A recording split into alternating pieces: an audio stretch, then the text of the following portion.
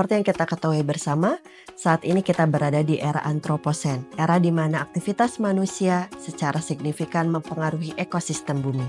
Oleh karena itu, pengetahuan tentang sains saya rasa menjadi penting di tingkat individu, regional maupun global untuk menghadapi tantangan yang ada di masa depan. Dalam pembelajaran IPA, sangat penting bagi peserta didik untuk terlibat langsung dalam ide-ide, gagasan, maupun fenomena ilmiah. Begitu pula dengan fenomena yang ada di lingkungan sekitarnya seperti isu kesehatan dan lingkungan. Itu pula yang akan kita lakukan dalam pembelajaran kita kali ini. Gimana tugas wawancara kamu?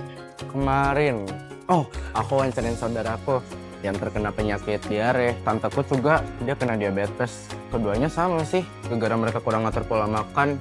Mereka emang dari awal gak pernah memperhatikan itu, tapi semenjak mereka tahu, mereka langsung mulai pilih makanan. Kalau kamu sendiri, wawancarain siapa? Tante aku. Yang satu katanya sakit mah, jadi nggak boleh makan. Kalau yang satu lagi punya asma. Dia cerita waktu kecil sering banget sesak napas mendadak. Jadi kalau ada olahraga di sekolah, dia nggak ikut. Terus gimana? Nah, kalau yang sakit mah, dia jadi harus lebih merhatiin jadwal makan dia gitu. Kalau yang asma, dia kayak harus bawa inhaler kemana-mana. Hey, ngumpulin apa nih? Kayaknya seru banget. Ini tugas kemarin, Bu. Gimana Bu? Ternyata banyak yang kita baru tahu loh, Bu. Tapi kita pengen deh, ingin tahu lebih banyak lagi. Oke, sekarang kita ke kelas, kita diskusikan bareng-bareng. Siapa tahu ada hal baru lainnya ya yang lebih banyak di kelas. Oke, yuk kita ke kelas bareng-bareng. Isu yang diangkat berkaitan erat dengan lingkungan kita sehari-hari yang seringkali luput dari perhatian kita, yaitu isu tentang kesehatan. Diawali dengan peserta didik yang diajak untuk menggali fenomena yang ada di lingkungan sekitar mereka dengan melakukan wawancara terhadap penderita atau penyintas gangguan kesehatan dengan menggunakan panduan wawancara.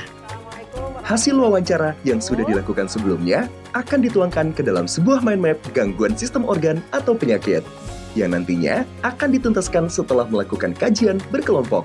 Dari hasil survei tadi akan dikaji hubungannya dengan sistem organ terkait. Ada pertanyaan untuk yang tugas mind map? Bu, Ya, Ira? tapi gimana caranya kita buat mind map-nya? Kita kan belum tahu kaitannya dengan sistem organ, Bu. Oke.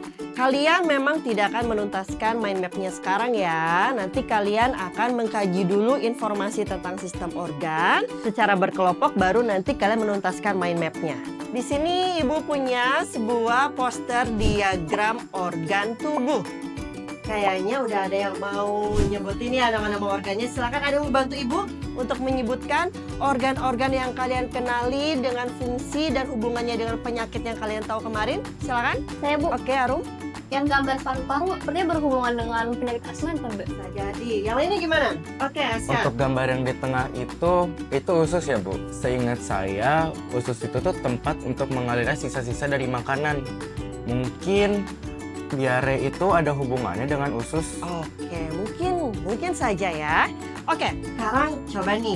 Ibu mau tanya, kalian pernah dengar nggak tentang isu-isu kesehatan yang berkembang di masyarakat tapi belum terlalu percaya, antara enggak? Ada yang mau berpendapat? Silakan. Saya, Bu. Arum dulu. Saya tuh pernah dengar katanya orang yang sering marah-marah itu punya penyakit darah tinggi. Kayak Aira dong.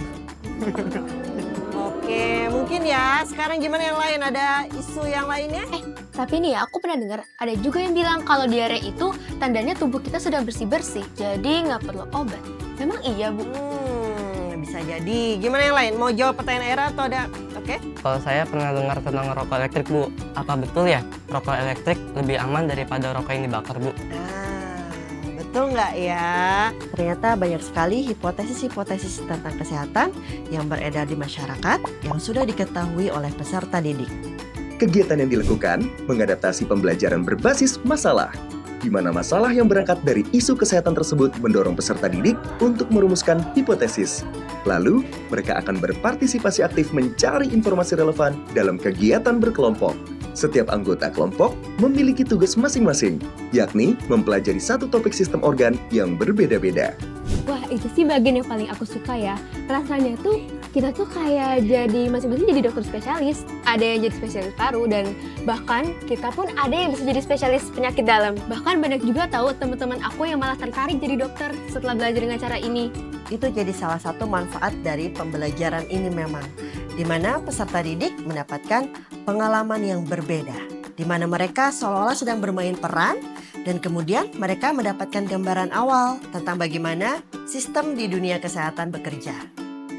Sebagai modal untuk berperan menjadi dokter spesialis, peserta didik dapat mengkaji dan mencari informasi lewat buku teks atau sumber bacaan dari internet, wawancara petugas vaskes, atau berkonsultasi menggunakan aplikasi kesehatan online. Setelah mengkaji topik masing-masing, mereka akan kembali ke kelompoknya untuk mempresentasikan hasil kajian. Sehingga semua anggota kelompok akhirnya mendapatkan semua topik sistem organ. Oke, dari hasil diskusi kelompok kalian sudah bisa menuntaskan mind map yang tadi ditugaskan di awal. Kalian sudah bisa menghubungkan antara gangguan kesehatan dengan sistem organ terkait dari mind map yang kalian buat. Oke, sekarang kita akan coba membuat prevalensi dengan menghitung persentase dari jumlah penderita gangguan kesehatan setiap sistem organ dengan jumlah total narasumber dari orang-orang yang kalian sudah wawancarai di awal. Pada tahap ini, peserta didik mendapat penguatan oleh guru mengenai materi sistem organ. Mereka juga diajak untuk melihat fenomena lain berupa diagram penyebab kematian tertinggi di Indonesia beserta penyebab yang menyertainya.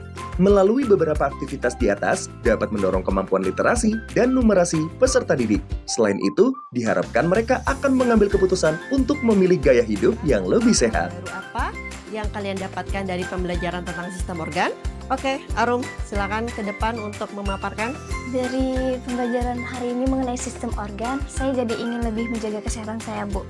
Ternyata banyak gangguan kesehatan yang mungkin bisa kita alami jika kita tidak mengetahui penyebab dan gejalanya dengan baik. Dan juga yang terpenting dari pembelajaran hari ini, saya ingin hidup lebih sehat. Selain dapat membentuk kesadaran diri, peserta didik juga diharapkan dapat menginspirasi dengan menjadi penggerak atau edukator dalam kampanye-kampanye kesehatan. Maka, di akhir pembelajaran, peserta didik juga akan membuat poster, flyer, dan bentuk kampanye lain yang menginspirasi banyak orang untuk lebih sadar diri dalam menerapkan gaya hidup sehat.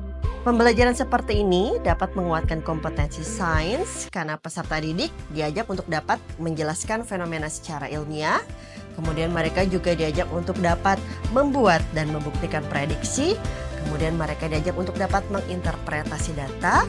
Bahkan mereka diajak untuk dapat mengolah informasi sehingga mereka dapat mengambil keputusan dan juga mengomunikasikan hasil penyelidikannya. Harapannya agar peserta didik bisa terampil dalam memecahkan masalah dan juga lebih peduli dengan kesehatan dirinya sendiri dan lingkungan terdekatnya. Ayo bersama wujudkan hidup sehat menuju generasi Indonesia emas yang hebat.